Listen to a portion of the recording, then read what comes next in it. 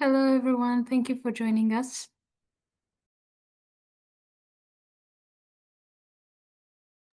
Giovanna. Hey everyone, thank you so much for joining us today. For those of you who don't know me, my name is Giovanna and I'm a volunteer ambassador with Results Canada. Before we start, I'd like to acknowledge that Results Canada is located on the unceded, unsurrendered territory of the Algonquin Anishinaabe Nation. For generations, the Algonquin people have been the stewards of this land, caring for its waters, forests, and communities long before the colonial borders were drawn. And as I benefit from being here, I commit to deepening my understanding of Indigenous histories, cultures, and ongoing struggles for justice. The land acknowledgement goes beyond just words, it is a call to action in and of itself. I strive to support Indigenous sovereignty, listen to Indigenous voices, and work towards reconciliation in meaningful ways. And switching gears, I think it is with great honor to congratulate everyone who sent in their LTEs this past month. A big cheer to Adil, Bernice, Tanjamia, Nathaniel, Anita, and Connie for getting your LTEs published. So congratulations. Your voices are truly making a difference. And remember, if your LTE has not been published within 2 weeks, you can submit it to Volunteer Voices. I liked seeing all the little hands.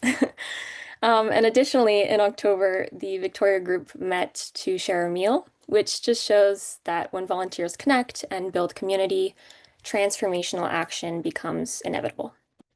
And speaking of action, the second cohort of fellows for 2025, they're making incredible strides. Across their 9 groups, the fellows have been meeting and sending requests to parliamentarians to discuss our nutrition campaign. So we recognize their dedication, their teamwork, and their advocacy, which is truly inspiring. So do keep up the amazing work.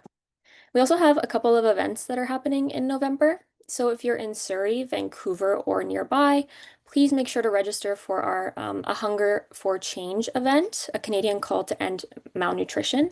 And there will be a link in the chat for you to register for that. And then the following day, we have on November 16th in Victoria another event, Dialogue on Advocacy for International Assistance. So if you are free, please do sign up for that. And lastly, but certainly not least, it is mandatory for volunteers to report their actions each month. By sending in your reports, the Results Canada team can best navigate how to assist you in your advocacy efforts and help you affect the change that you want to see. So please do send those in. And so with that said, I will pass it over to Gabe, our Parliamentary Affairs Manager, to discuss our CTA and the budget reactions.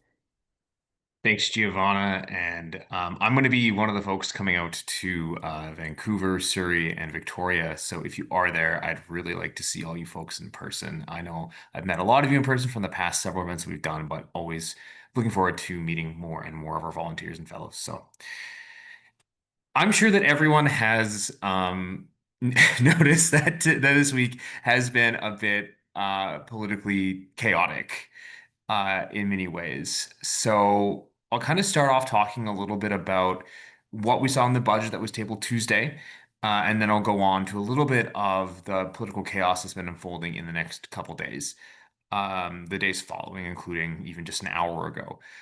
So if folks have any questions while I'm talking, put them in the chat, raise your hand, whatever you need to do, and I'm happy to kind of answer while I'm talking, and then as we go forward. Um, for this month's CTA, like we knew the budget, we delayed it because we knew the budget was coming out on Tuesday, the 4th.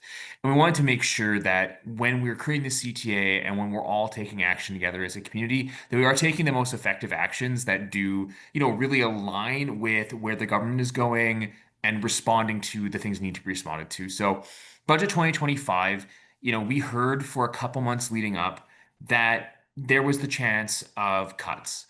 The finance minister said back in July that every department would see 7 to 15% cuts over the next 3 years. But we also heard during the campaign that Prime Minister Carney said very explicitly that he would not cut, his government would not cut foreign aid. And so we were really hoping, and I know that we all took action together to really make sure that he was held to that promise.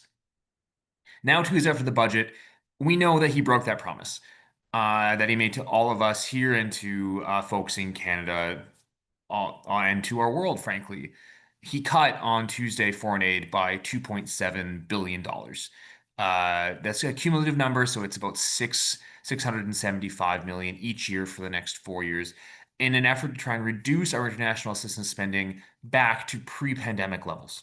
Now, all of us know here that isn't what we want, that isn't what other Canadians want, and that isn't what the world wants from Canada. So we are really disappointed in that broken promise that the Prime Minister had.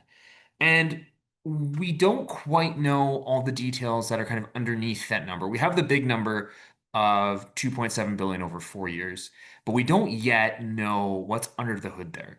We don't know exactly, which programs are going to be affected by this. We don't know if there's going to be certain, things targeted out of the whole areas that we all work and care about. We don't really know that. And that's something when we've been talking to people at finance, we've been talking to people at PMO, that they say, give us some patience and we'll tell you soon. But we can give them patience to get a little bit of that information. But we also need to make sure to hit while the iron's hot. This is 2 days after budget. And parliamentarians and the people who represent all of us in Ottawa, they are wanting to hear from all of us, their constituents, about the budget. And if you have a Liberal member particularly representing you in Ottawa, they're probably expecting or really hoping to hear good things about the budget. But we need to make sure that we, tell these people the truth. And the truth is that by cutting international assistance, he's disappointed all of us. So it's the broken promise, not what we wanted, not what our world needs. And so with this CTA, I think it's really, really important for all of us, staff included, of course, to go talk to our parliamentarians, send them an email, and highlight the fact that this isn't what we were promised, this isn't what we need, and that we are disappointed with this budget.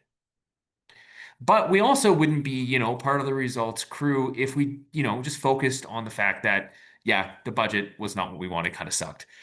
We know that there's some really concrete ways where there are paths forward for Canada to get back on track to keeping supporting a healthier, more prosperous world for all of us. I know the big campaign that all of us have been working on for the past 6 months has been the Global Fund.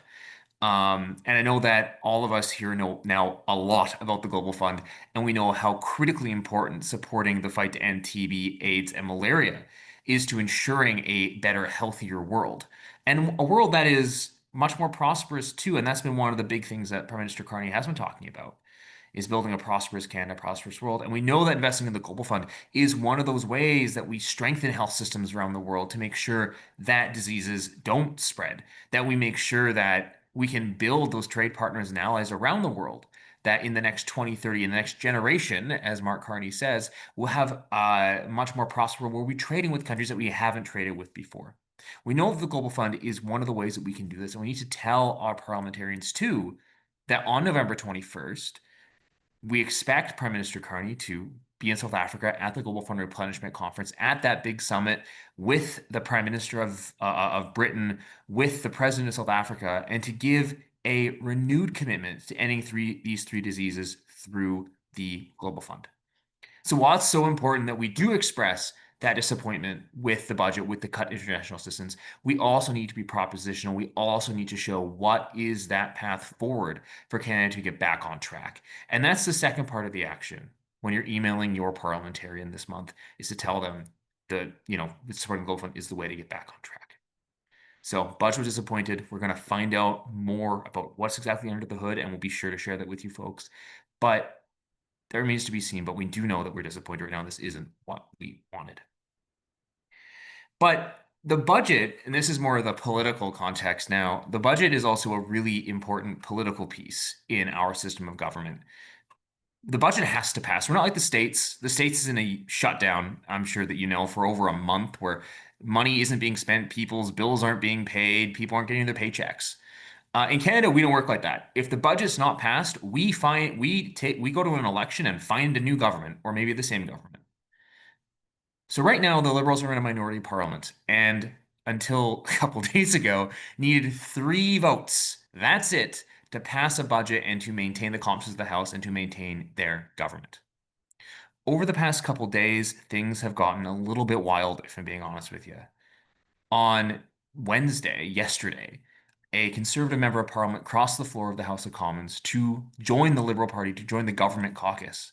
This is something that can happen in our system of government, but it happens really rarely. And whenever it does, it's kind of crazy and spectacular for all of us political nerds.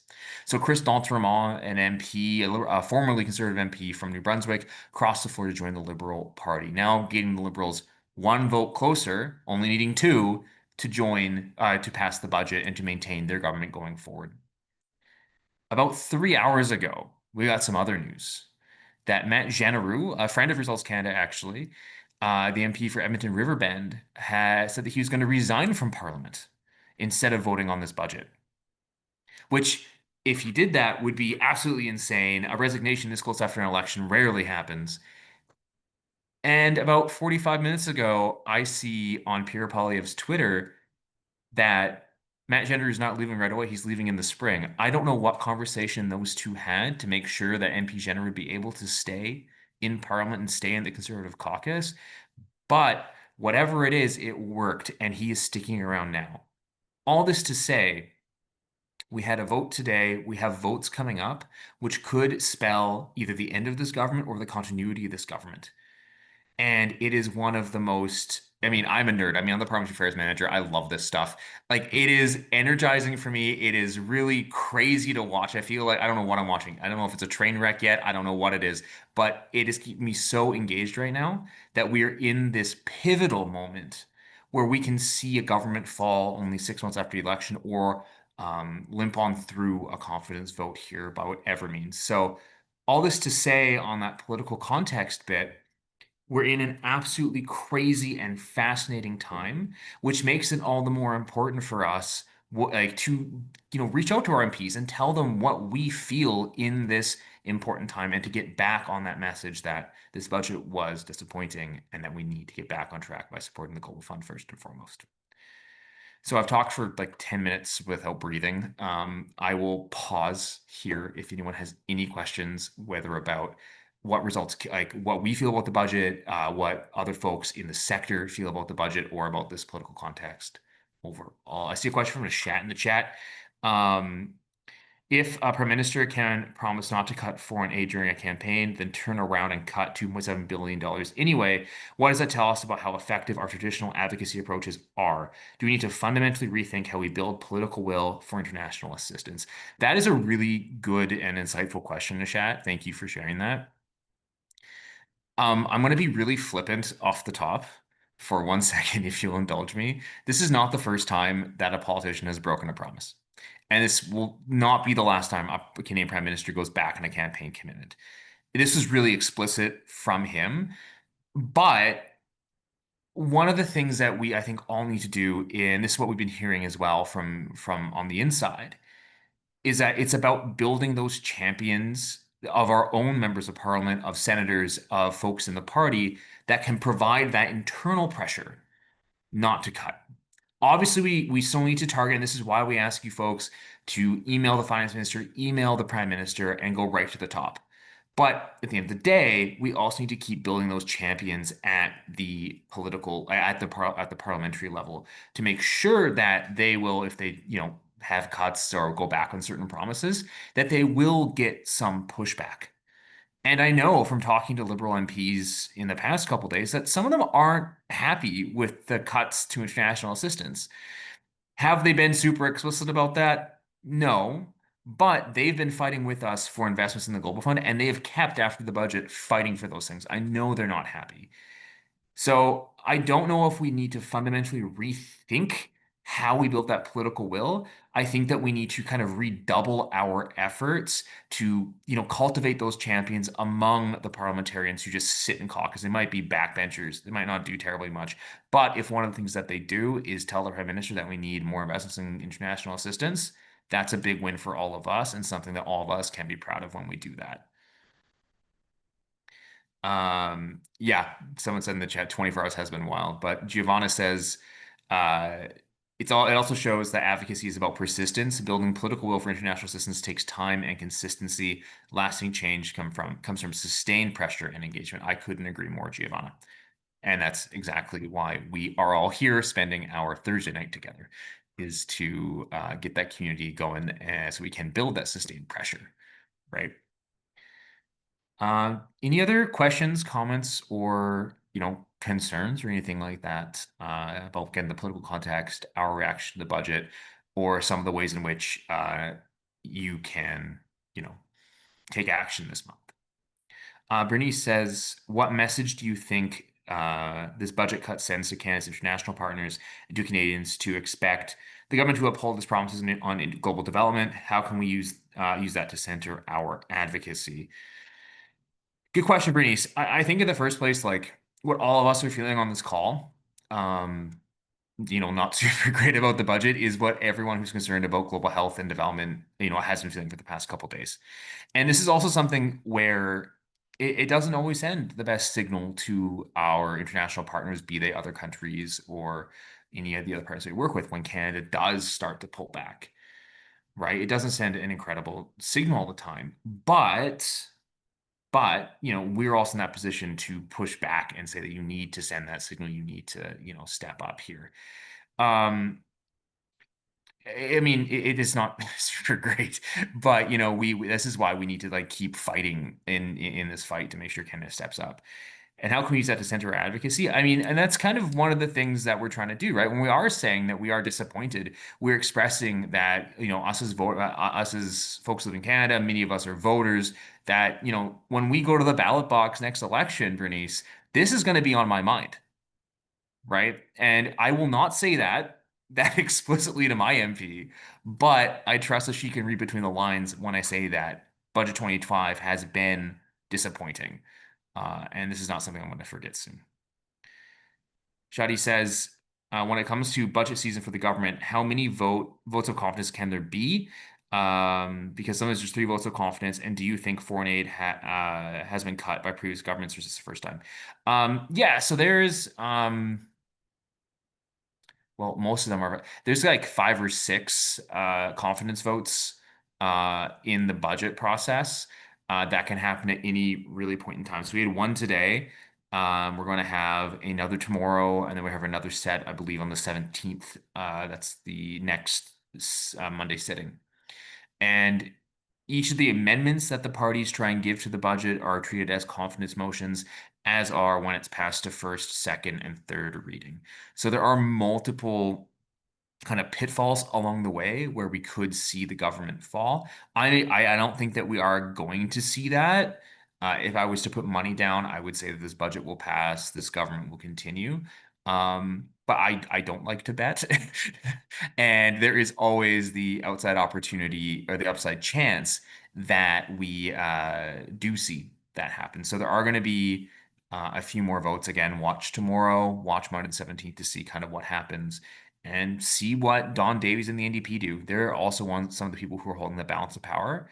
I'm keeping glued to his Twitter account to see if he decides to vote yes, no, or abstain, which will have very different consequences both for that party and for this budget and government.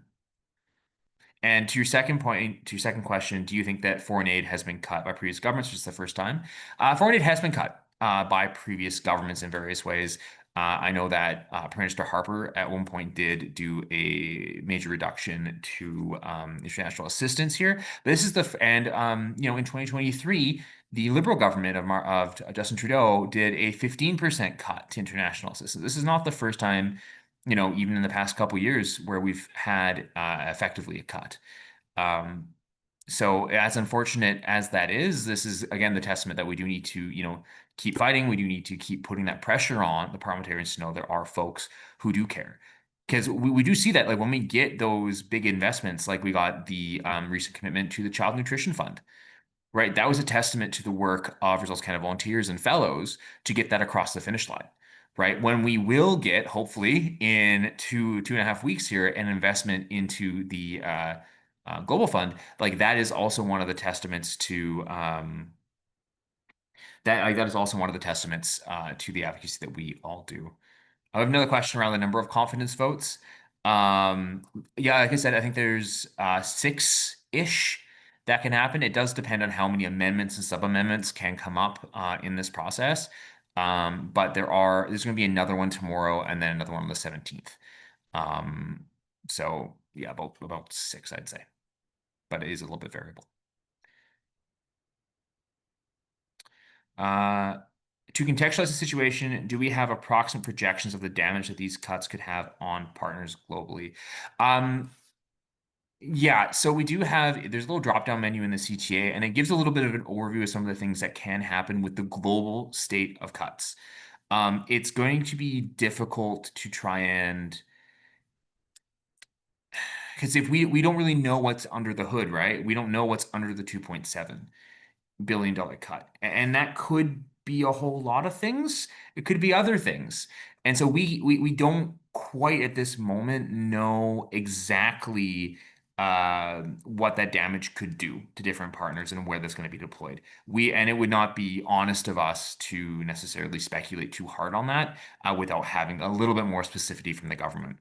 But what we do know, right, is that this is going to, there's going to be impacts on global health. There's going to be impacts in nutrition. There's going to be impacts in education and all the things that we care about. What those particular things are, we don't know. And that is also a big pitfall with this government and with this government, I apologize, with this budget, that it was notably opaque, right? The fact that we have very smart people in the sector, far smarter than I am, far better with the numbers than I am, who sat at lockup for 3 hours and were kind of confused by this budget.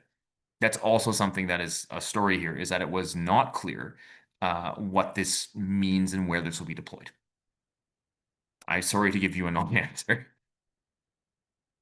No worries. Yeah. Thanks, Gabe. Yeah. Just as a quick follow-up as well, in terms of another contextual question, but how much of a reduction does that 2.7 billion and rough 275 million per year represent for the overall fund? Yeah, so I'm also going to say we don't know. The Oh, okay. reason why is that the government has not been very transparent on what we call it like the baseline, right? So we don't really know what number they're using like for the cut. So we can't really say that proportionality. Depending on the two numbers that are at play, it's a 7 to 10% cut. But again, even having had colleagues ask finance,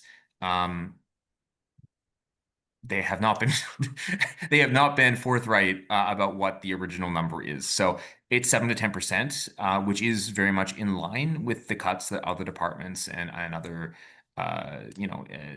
envelopes have experienced.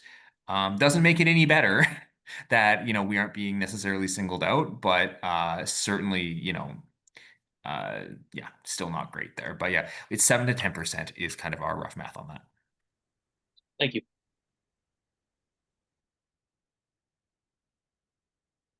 Do we have any more questions? Anybody who wants to speak up? Anything that's on your mind, Gabe? Anything else you want to say that might be of importance? Yeah, I mean, it would sound like a broken record here for a second, but like, this is really one of those moments where, like, emailing your MP, like, I know that sometimes you don't get a response or you get a canned answer. Like, I get it. I email MPs for my job. That's like my 9 to 5. I get that a lot too. But I also know, having worked on the other side and I've worked in a political office before, that those offices do count those emails, and behind every email they assume 50 or 100 more people in their riding have the same opinion, right? I mean, you're speaking for yourself and only for yourself, but they think that, and they know that you represent a number of more people in your community who hold the same opinion and feel the same way. And that's kind of the power of reaching out to your MP and like telling them how you feel, is that you can actually note it. Like, they will actually note it. Especially if they get 3 or 4 emails about the same topic, they will write it down and they will phone up they'll phone up the Liberal Research Bureau, they'll phone up their own party and be like, hey, we're getting a bunch of questions about international assistance. What do I say? And those things get filtered all the way to the top of government. So, broken record here. Every time I talk to you folks, I'm like, email your MP, please do it. Please do it. It is really important to do it right now, to let them know. So that's going to be my last important point, Giovanna, unless someone else has an insightful question. Okay, we do have one. How do you see this budget cut in? How do you see this budget cuts in the face of relationships cooperation between Canada and the US, particularly with the Trump administration? Knowing that this budget cut is affecting a lot of project institutions and organizations, how can we be better prepared to face the situation? Are there some other alternatives? Yeah, I think at least the narrative from the government on the budget overall has been to give Canada more fiscal space, to give us more kind of money that we can use in a certain way. To respond to threats from the tariffs and all that from the United States, as well as this is the government saying it, to invest in some of those generational projects, hard infrastructure, bridges, ports, that sort of stuff. That's certainly how they're spinning it here. And so that's kind of like the background on it. And it is kind of contextualized within that. The second part of the question, knowing that this budget is affecting a lot of projects, how we better prepared to face this situation. Do you want to expand on the rest of your question, Jean-Philippe?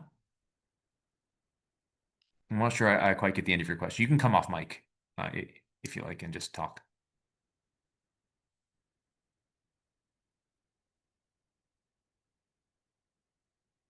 Okay. While you're typing, Tiffany does put in the chat, if you're on your MP's newsletter list, you may have received an email blast regarding the budget. I did. I see I see that as them opening up the conversation, so I respond. Exactly, Tiffany. Thank you very much. If you haven't signed up to get your MP's newsletter, like take 2 seconds and do it right now. Nothing I am going to say in the next 2 or 3 minutes is as important as signing up for that newsletter. So you know where your MP is, you know what they're doing, and you can take these opportunities like Tiffany highlighted to respond directly to that email and say, this isn't what I wanted. Right? So like, seriously, if you haven't done it, do it right now. That's the most important thing, Giovanna. That's the important message I'm leaving with too. Yeah, that's really important. You can ask really very targeted questions too, like how will these, well, like maybe specifically clarifying what safeguards are in place to protect global health and humanitarian programs. You can ask those specific questions, and you can also posit this isn't just a smart policy, it's a smart investment. Right. And so it's, you kind of have to talk in a way that they're very familiar with. I met with my MP last week and they were asking about, for example, tuberculosis. They didn't know whether it was a bacteria or a virus. But my goal was not to just go there and just spew information at them. My goal was to educate without overwhelming. And that's what you can do here. That's what I have to say. Anything you want to say, Gabe, to what I have to say? Nope. No, Okay. you said it all. Okay, Incredible. perfect. Perfect. Okay. Oh, okay, we have another question. How to get on the MP's newsletter lists. So, you should look up who your MP is. You can go to ourcommons.ca. You can type in your postal code. It'll turn up your MP, and then Google your MP. Go on their website, go on like their Twitter, social media, whatever, and see if they have a newsletter. If they don't have a newsletter, email them and ask and say, you know, I'm disappointed in the budget. You should invest in the Global Fund to get back on track. But also, do you have a newsletter? I want to hear more about you. But most, if they're doing their, I'm going to be very honest here. If the MP is doing their job and wants to get reelected, they will have a newsletter, as far as I'm concerned. So most of them should. No worries. And just remember, it's their job to hear you out. Okay. And that's something that you can remind them of, right? Like, I'm here as a Absolutely. constituent. I would love to engage in a dialogue that's constructive. Um, and in any way that you can help would be, immensely appreciated. That's just the way to approach it.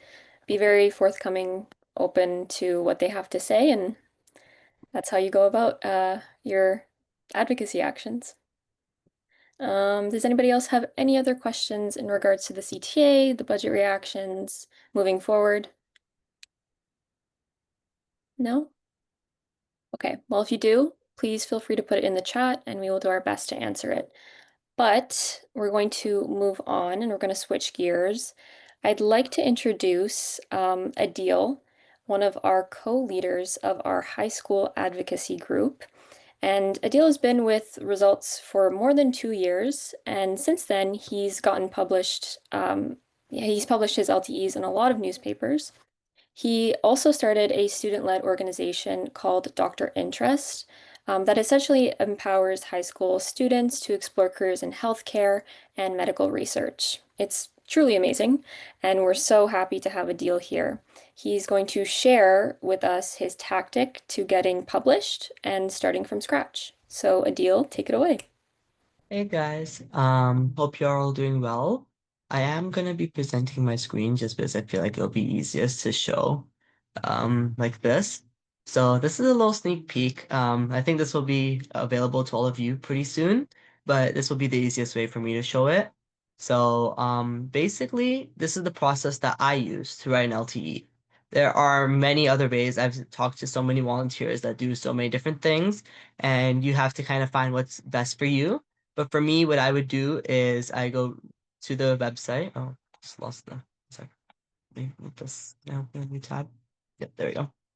Go to the website and ta-da, read our current call to action. This is what I do every time. Every time this comes out, I'll read it in full. And what I usually focus on, share screen's getting a little bit harder to see. Ah, there we are. The ask. This is basically what the LTE, that call to action that you're doing, this is going to be the call to action at the end of your LTE. Now, if you're running a lot of LTEs, it might get a little harder to make separate call to actions, but generally, I'm usually doing 1 or 2 a month, so this is usually good enough. I use this as like my sort of starting point.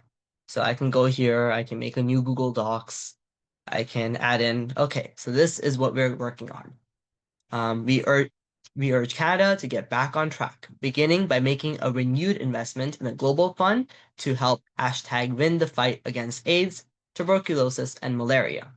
And then I usually find it very like useful to find one stat, and this page has a lot of stats.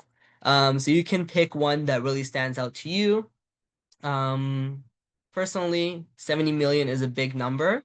And so I would probably go with the big number and paste that into my doc. Now you've got a stat, you've got a call to action. Another big part of an LTE is that hook. So you want to look in here. What is something that when an editor reads it or when the actual reader in the newspaper reads it, what is something that's going to hook them? What's going to get them to actually read what you're saying?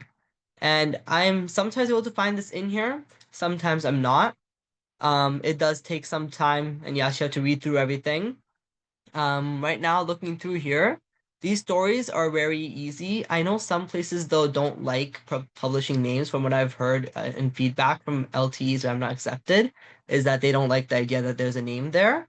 And so I would go like, for this one, just like, have you heard of the latest budget cut? You're talking to people in your community. So it's very easy, the latest budget cut. Woohoo. You're talking to people in your community. So it's very easy just to frame it as you would be talking to an actual person sitting right beside you. Have you heard of that latest budget cut? Well, if you haven't, let me tell you. We have lost whatever percentage of this budget, or we've lost this much money going into international aid. Why is this important? Well, we have a stat. We have maybe a personal story of yours or of your community, of what you've seen in your community.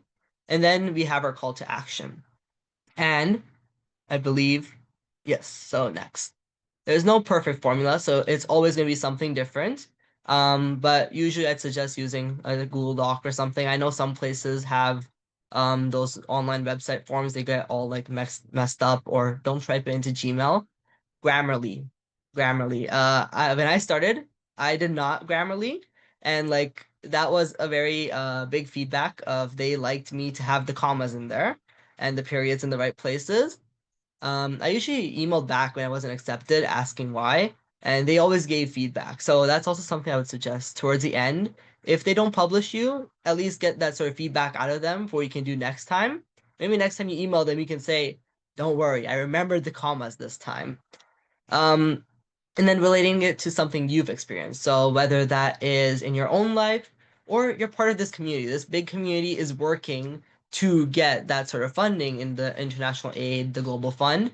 You see this community. That's something you've experienced. You've experienced the community. You can talk about how there are so many people across Canada, coast to coast to coast, that are interested in this thing. And so just relating it to you, relating it to people, And it makes your LTE more personal, more easier to read. Optional, but I do recommend it, sending it for some feedback. Either you can send it to I know someone put a question, I'll get to it soon, but you can send it to a friend. I usually like to send it to someone who's not completely in the source space, just because that makes it like easier for me to see what they think. And then also feedback towards the end if you don't end up getting published. Hopefully you will, but sometimes you won't. Asking them, how can I improve next time? Was there something about it that made it not work for your outlet? Whatever it is, and just getting that sort of feedback. And then so this is where we might be getting a little bit newer. What I use is called mail merge.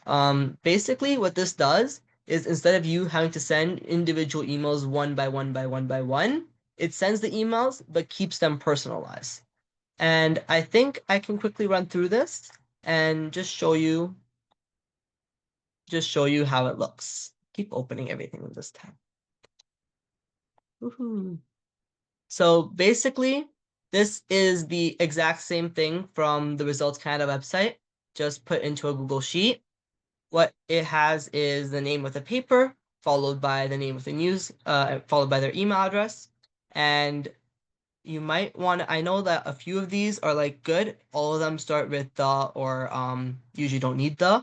So what I would go ahead is I would go to my Gmail, open up a new piece of mail. I would leave the two blank. I would go to subject and I would make a good subject. I always start with LTE just because I've heard that LTE is always good to start with, just so that the editor knows what you're talking about.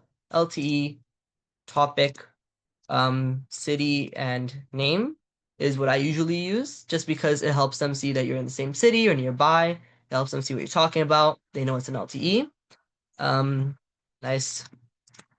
So basically you want to start with something nice to start with. I'm just gonna start with hi, or actually dear. So I'll put better dear editor. And this is where the LTE, the paper merge comes in, mail merge. You get to just copy this, and you can see that it's matched with your paper name, paper name. And so what you're gonna do is you're gonna copy it in here, dear editor at paper name. So dear editor at Singtao Daily, dear editor at Calgary Sun, whatever. And it'll paste it in there when you send. Your body, closing, I think the rest of it is pretty self-explanatory. You can add more columns. I haven't, just because finding the name of editors at each one of these would be very difficult, and they all seem to be general emails, but you definitely can. And then the next step would be tools. Oh, extend, yep, where'd it go? It's up here. Oh, there it is, mail merge. And send emails. And now what it's gonna do is gonna ask for authorization. You can quickly just go into your Gmail. It is gonna say this. The reason it says this, I'm gonna explain it just so everyone knows, is because it's coded into the Google Sheet. It's not an actual app or anything. And so what it is, it's running the code and it wants to double check that you're fine with it. And so you can just click go to if you're fine with this, and it'll go here. You need to give it read compose. You need to be able to edit your Google Sheets and the send email as you. Continue. And now you get to copy the draft title or subject into here and you click OK. The second you click OK, it will start sending. It sends with a 10-second delay just to avoid getting marked as spam. So it would probably take a good at least 500 seconds and it'll do 100 at a time. So every day you come in, you do 100, you just copy paste the draft title in and you move on. You do it, move on. And by the end of it, you've reached everyone. And so hopefully that actually answers the question of which news outlet you send your letters to. I send it to everyone. And then, yeah, what to include in your email. So you guys can be released. And yay, I've gone through everything. So once you do this, you are going to receive a bunch of automatic replies and hopefully a few acceptances. Now what I do is it will automatically mark these with the time it was sent to avoid duplicating sends. What I do is after I've sent it to everyone, I delete this column and then I mark everyone who accepted with an X. So like, let's say these people accepted. I mark them with an X, and the rest of them, I make a new email template saying, hello, I sent you an email on this date about this subject with the subject on this LTE. I was just wondering if you had any feedback on it, if there was any reason specifically it was not accepted. And for the most part, I received like a good 10, 20 replies when I do this. It gets more replies than acceptances. And you will actually see some feedback. So maybe they didn't like the way you started, maybe it was too long, maybe it was too short, maybe they just don't serve your city. Now when you would be using this, you would have made a copy. So this would be only for you. And so if they don't like your city, you can just delete them because you're not gonna be able to get in there anyways, and that will save you time. As you get through it, you'll be able to kind of condense that list and make it into the ones that are actually gonna reply to you. You can also delete all of it and just find the newspapers in your area and add them in yourself. Uh, that is up to you. I know that it is very useful just sending it in your area, and so you can do that as well. I'm just gonna check the chat. Okay, yeah. So Peace had put the list of media emails, and those are basically one-to-one. I've copied them in here, unless there were new added after August 30th. In which case I will hopefully update this after today. And after that, you would have sent the emails, you just wait for that reply. And something fun I've actually noticed in here is that you can, a lot of them will put your name when they publish you. So you can search up your name, and at the end in more tools, there's a time filter and you can do past week. And it'll just minus the website, but it'll tell you what's been released in the past week with your name in it. Or you can search up the topic that you put, which in this case is topic badly spelt. And it will again copy it. And it will again just tell you what things have been put in the last week for this. This makes it easier because a lot of topics overlap, and so it makes it really easy to figure out where you've been published. And with that, you have hopefully published, you've hopefully written, published, and found at least 5 LTEs. And I am gonna leave it there if anyone has questions or if anyone wants me to walk through anything in more detail. I know this recording will probably be posted and this will probably be sent on summer. That was really great, Adil. It was really great to go through that list because that's very helpful just to see which one would be, I think, useful for you, right? Because each one is different. Like for me, I know typically I like to send it to the Toronto Star, so it varies depending on where you are, right? But that was a really great presentation. You went through it meticulously, which I enjoy. And that PDF will that be available too? The one with the steps? I believe Peace will be putting it on the Yeah. Okay, So perfect. it's going to we are planning to add the PDF of Adil's Way and Nathaniel's Way. Both of them have different system they use to send LTs and they both get published a lot. So we'll be adding it on your tools page, but probably around the beginning of next year. Okay, perfect. That sounds great. And for those of you who aren't here, you can watch the recording again to go through it, and that will be available, as P said, next year. Is there any other questions that we have in regard to Adil's Way, or any questions in regards to publishing your LTEs, writing them, sending them out? No? Okay, well, if you... Oh, go I ahead. would say that if Adil is okay with that, obviously, we can actually send it to we can add it here in the chat and people can access the PDF. Yeah. In the meantime as we wait to have it on our website. Yeah, that would be great. Okay. I can attach it probably. Or Yes, if you could attach it in the meantime, that would be great. But if we don't have any more questions, I will pass it over to Peace for the breakout room session.